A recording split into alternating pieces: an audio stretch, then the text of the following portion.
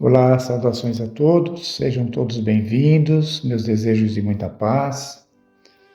Nós estamos estudando o livro Missionários à Luz, nós estamos no capítulo 15º, chamado Fracasso. Estamos vendo o caso ali da situação de dificuldades, do espírito Volpini, com a sua mãe Cesarina, que está com 7 meses de gravidez, e ela tem um comportamento ali inadequado, com festividades, comportamentos exagerados com álcool, sexo, continua escondendo a gravidez para poder participar dessas festas, e eles estão fazendo de tudo para que a gravidez se complete. Com todos esses comportamentos desajustados dela, os espíritos ali benfeitores estão fazendo o que eles podem, mas ela, com esse comportamento, ela acaba atraindo também espíritos que querem o mal ali, que querem interromper a gravidez pela terceira vez, Eles querem interromper a gravidez para que não haja ali a reencarnação desse espírito. E nós estamos aqui no momento em que eles estão acompanhando ela se preparar para sair, para ir para uma festa. Vamos fazer a leitura, nós vamos comentando.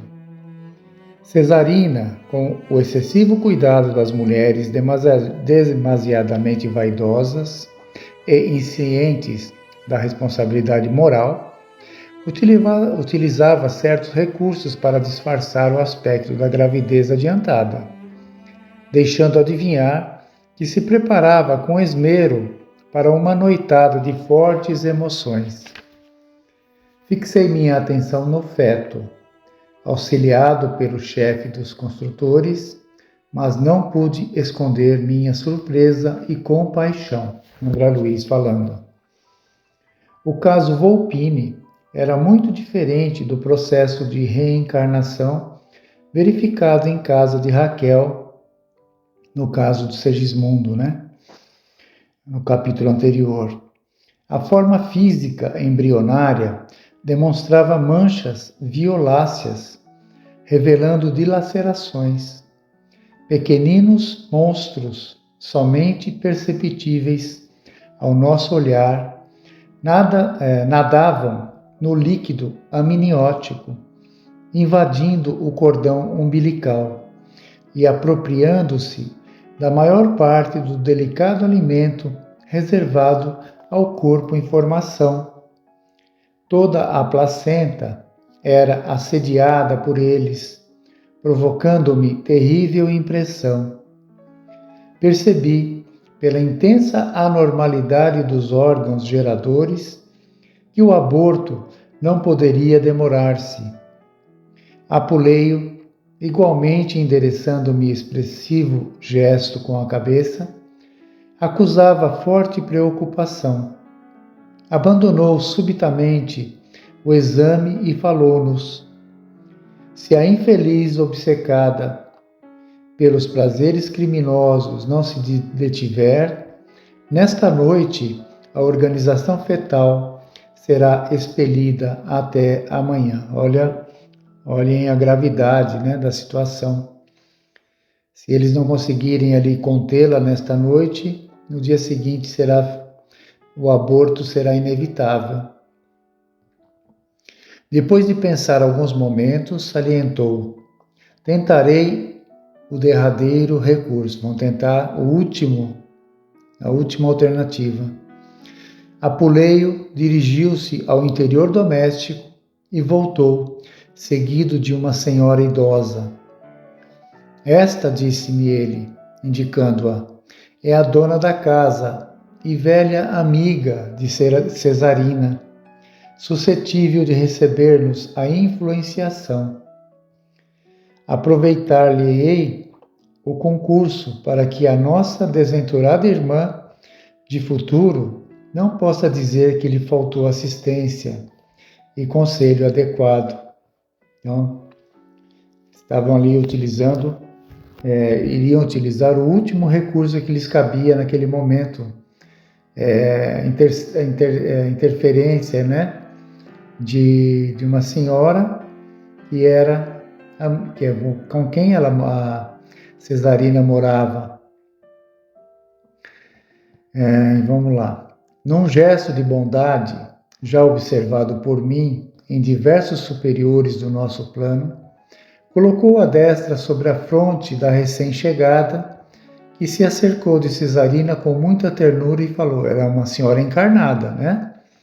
E eles estavam influenciando essa senhora encarnada, amiga dela, para que ela pudesse interceder ali de alguma maneira, para ela não sair naquela noite. Aí ela diz, minha amiga, estou receosa por você, não vá. Desconfie de certas amizades pouco dignas. Seu estado, Cesarina, é melindroso. Por que exceder-se?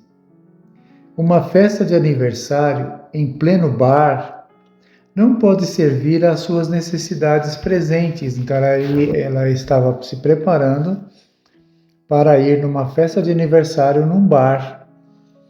E claro, né, com as tendências que ela tinha, mais a influência daqueles espíritos inferiores que estavam com ela, isso não poderia acabar bem. É o que eles estavam tentando, através dessa senhora, fazer com que convencê-la dela não ir. Aí a senhora continua. Abriguei você em nossa residência, como se o fizesse a uma filha, e devo estar vigilante. Nutro a esperança de vê-la reaproximar-se do esposo, que, segundo creio, deve estar ausente por simples questões de incompatibilidade de gênios. Mas, se você não se defende do mal, como atender à situação? Um dos infelizes seres da ignorância e da sombra que perseguiam Cesarina, por invigilância dela, envolveu-a nos braços, como se desejasse comunicar-lhe o seu estranho e perigoso magnetismo. Vi que as entidades inferiores presentes observavam de perto a senhora e lhe ouviam as palavras sensatas, porque todas exibiam gestos e demonstrações de revolta e desagrado, que não podemos registrar aqui. Então as entidades que estavam com ela, influenciando ela, né, ouviam também aquelas orientações dessa senhora, né, para que ela não fosse àquela festa. E, claro, isso contrariava os seus desejos, os desejos deles. Aí eles falam, né, que eles ficaram revoltados. A interpelada, deixando-se envolver pela influência neutralizante do mal, riu-se de modo franco e acrescentou: tranquilize-se, minha boa Francisca. Não precisará ensinar-me virtude. Tenho meu compromisso para hoje. Não posso faltar. Não concordo, Cesarina, tornou a interlocutora com energia, sob a inspiração direta de Apuleio. Nem estou fazendo pregação de virtude à sua consciência responsável. Quero despertar suas fibras de esposa e mãe. O homem cujo convite você pretende atender não merece confiança, não é digno de consideração. Além disso, seu organismo deve ser preservado. Não lhe dói a expectativa de prejudicar o filhinho? Não pondera o futuro? E a respeitável amiga continuou advertindo com severidade maternal, enquanto a futura mãe de Volpini se mantinha em franca posição de negativa e impermeabilidade. Então, tudo que essa senhora estava dizendo ali, ela não recebia, né, de bom grado, não dava ouvidos. 2 horas durou a conversação, na qual o diretor dos construtores usou da caridade, da lógica e da paciência nas mais altas doses.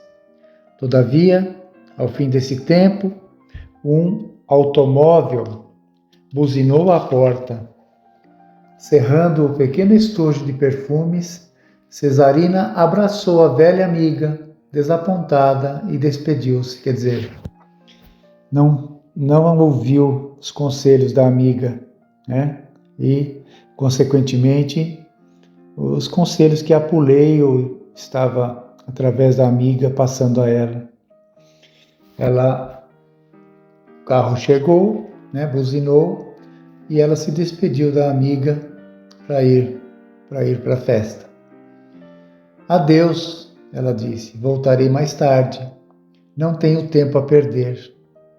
O veículo rodou a caminho das avenidas asfaltadas.